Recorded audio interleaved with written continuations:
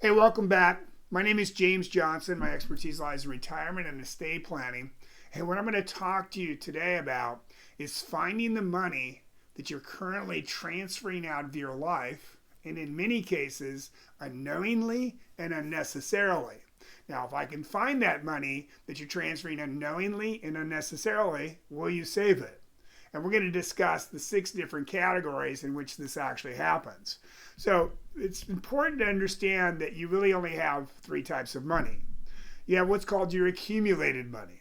And this is all the money that you've managed to save up. This is your house, and this is your stocks and your bonds and your mutual funds and your 401ks and IRAs and Roths and CDs and annuities and all this stuff that you saved up. And when you sit down and you talk to a financial planner, most of the time, all they're going to talk to you about is your accumulated money. Let's talk about how we can invest that and get a better rate of return. I have a better average rate of return. We've got the way to do it. Well, maybe, maybe not. Then there's what's called your lifestyle money. Now, lifestyle money, this is the money you live on. And this is everything. This is what you pay for your taxes and your insurance and your vacation and your house payment and food and clothing and health care and everything that you live on in your lifetime. Now, if you know anything about me, you know that my number one rule is live like you're going to die tomorrow and plan like you're going to live forever, because you see, you just might. And I can't tell you which one it's going to be, but I can tell you this because I've met many people who are there. You will not be lying on your deathbed going, I wish I saved another dollar. It's just not going to be important to you at that point. I wish I spent more time with my kids, my family. I learned another language. I traveled here. I traveled there. But it won't be, I wish I saved another dollar. So the last place you should be saving your money from is from your lifestyle money. You should not stop living the lifestyle you become accustomed to. As a matter of fact, when it comes to this planning, your real plan is to live the lifestyle you become accustomed to, adjusted for taxes and inflation, out beyond both you and your spouse's life expectancy, and then hopefully pass on whatever you have left in the most tax-favored way possible to your children. Now, if you want to do that and you want to pass on more, then you need to learn about transferred money. And you see, we transfer money in a few different places. But before we talk about that, let's talk about what the reward is of finding transferred money. So let's say that currently your annual income is $100,000 and you're saving 10% per year. And on that saving, you're making a 6% rate of return. Now, if you're one of these people that are going to say, well, how do you get 6% rate of return? 6% rate of return is really not a hard thing to achieve over a long period of time. As a matter of fact, right now, there are many fixed products out there that are guaranteed 6% rate of return. So just go with the fact that we're going to use 6% rate of return. If you don't like that, you can change the number. Interest on that savings, so we'll calculate out over here, and what we'll see is that on that savings, we're making $600. Our annual expenses are $90,000. Now remember, our expenses are our lifestyle, but we don't want to be cutting our lifestyle. So I'm going to tell you an interesting story, and I call it my Starbucks factor. I got divorced a long time ago, and when that happened, I really had to sharpen my pencil. And by the way, simultaneously, Starbucks upset me. And so as a result of that, I made some changes when it came to Starbucks. But this was the result. And I wrote a letter to Starbucks with regards to this, and their response was they gave me $25. No big deal. At the end of the day, I was going to Starbucks on a regular basis. I would literally go to Starbucks once, twice, 3 times in a day. And at $5-6 a pop, I was spending well over $200 a month, about $2,400 to $3,000 a year, and it was really closer to $3,000 a year. And what I came to discover is I drink iced chais. Okay, so I went out and I found the same exact Starbucks iced chai in a box, and I could make those iced chais at my place of business without ever having to go to Starbucks. And I literally saved about $150 a month by just simply making my iced chai rather than going to Starbucks to get it. Now, you might say, well, I want to have them make it. Well, I understand that concept. But this is just one example of ways that I found that I, for lack of better words, was pissing away money in my life. Literally. So by doing this, I was able to save some money. So let's say I could reduce my expenses by 1% per year, which is a pretty easy thing to do, without sacrificing my lifestyle. So I went over here and I saved $900. Well, if I was to save $900 by reducing my expenses by 1%, what would that correlate to going forward? Well, right out the get-go, if I took that $900 and I put it in savings, that would be like taking and making 9% on my savings account. Now, granted, I'm only making 6, but by increasing that savings amount, it's like making 9 over that period of time. So I get to increase that. Now, this can be proven very simply by saying, look, what is 9% of $10,000? Well, the answer to that is $900. So if you can simply go out and find the ways that you're spending money unnecessarily or in excess or whatever the case may be. Another example was I was eating out all the time. I found that eating home, I saved more than $1,000 a month by eating at home. And in addition to that, I ate very much healthier and I stayed much healthier through the process.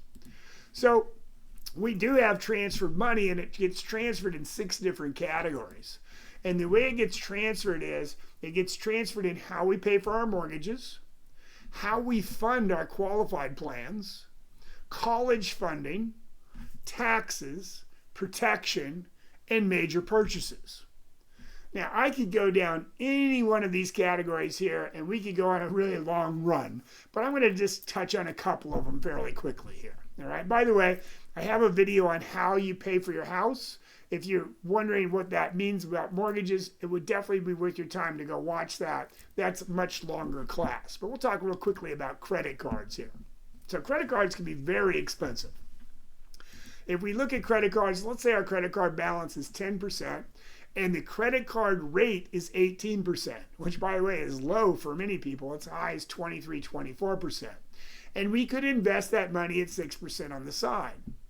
Well, the amount that you're going to pay in interest to that credit card company on that $10,000 in 3 years is going to be $5,915. In 20 years, $39,433, and in 40 years, $78,866. Had you been able to invest that money at 6%, you would have had $6,200, $72,000, and $305. And the credit card company made $71,000, $355,000, and $13 million on that $10,000. Is that insane or what? So you can just see that the opportunity cost in simply eliminating the credit card is enormous. And for many people, it's much higher than this. So let's talk a little bit about, how about auto insurance, okay? That's an interesting one, auto insurance. By the way, this is something that I did on my autos, okay? I did this very thing. I go out here, I've got a car valued at $30,000. I've got protection limits of $50,000 and $100,000. I've got a deductible at $250, and I got an annual premium of $2,000. Well, my opportunity cost, should I invest that money on the side, would be 6%. If I take the exact thing over here and I just change one thing, I change my deductible to being $1,000, and my annual premium goes to $12,000.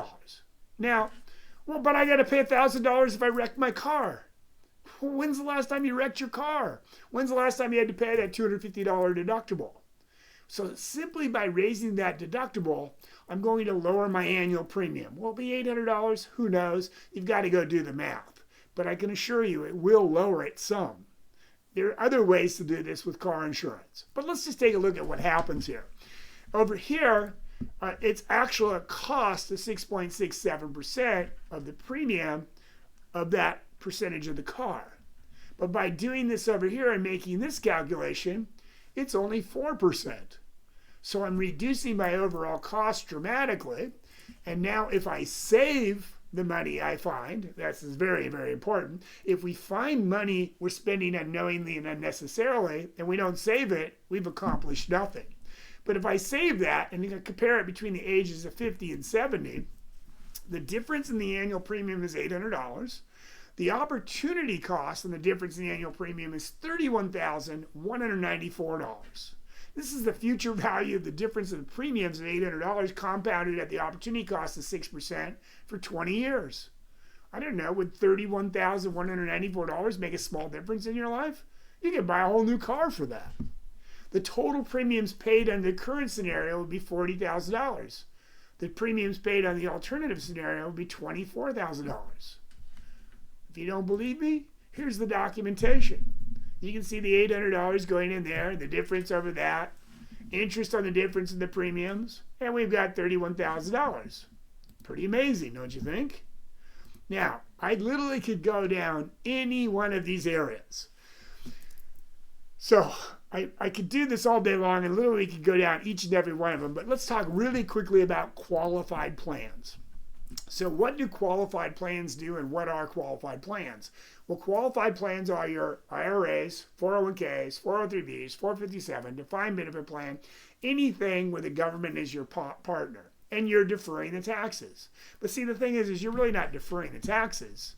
You're postponing the taxes and the calculation out to a point in time where most people will end up in the same or higher tax bracket despite what they believe. Anybody that sits down with me and does their no cost, no obligation appointment is often shocked to see what their taxes will be going forward in the future. Because see, they actually believe that their tax rates are going to go down when they get to retirement because that's what they've been told the whole entire time is put your money inside of a tax deferred account because you're going to grow money you would have otherwise paid in taxes. And in the end, you're going to be in a lower tax bracket. Well, I got news for you folks. That's probably not the case. So going forward, what tax bracket will you be in retirement? What deductions will you have when it comes time to take the money? What's the highest income taxes have ever been in the United States? 94%. Average, 56. Currently, we're sitting at 37. I could talk about the national debt, but I'm not even going to bother going there right now. The reality of this matter is that taxes are probably going to go up for you in your lifetime. Not down, but up. And if you're married, it's a very good chance that this is going to happen. Because what's going to happen is ultimately one of you are going to die, and now you're going to have to file single. So the point of this video was for you to understand that you transfer money unknowingly and unnecessarily out of your life in at least 6 major categories. 1, mortgage payments. 2, qualified plans. 3, college funding, taxes, protection, and major capital purchases. What you do with this information going forward is entirely up to you. But what I would encourage you to do is to start thinking today about how, in the year 2024, you can find this money that you're transferring unknowingly and unnecessarily and start transferring it into tax-free environments where you have access to the money, can get the gains of the market, never participate in the losses, and when you pass it passes on tax-free. Feel free to reach out at any point in time, set up your no obligation appointment. Remember to live like you're going to die tomorrow. Plan like you're going to live forever because you just might. I hope this helps you. Keep smiling. Be sure to subscribe to the channel below and tell us what your thoughts are. Are you transferring money out of your life unknowingly and unnecessarily? If you are, what are you going to do about it? Keep smiling. Make it a great day.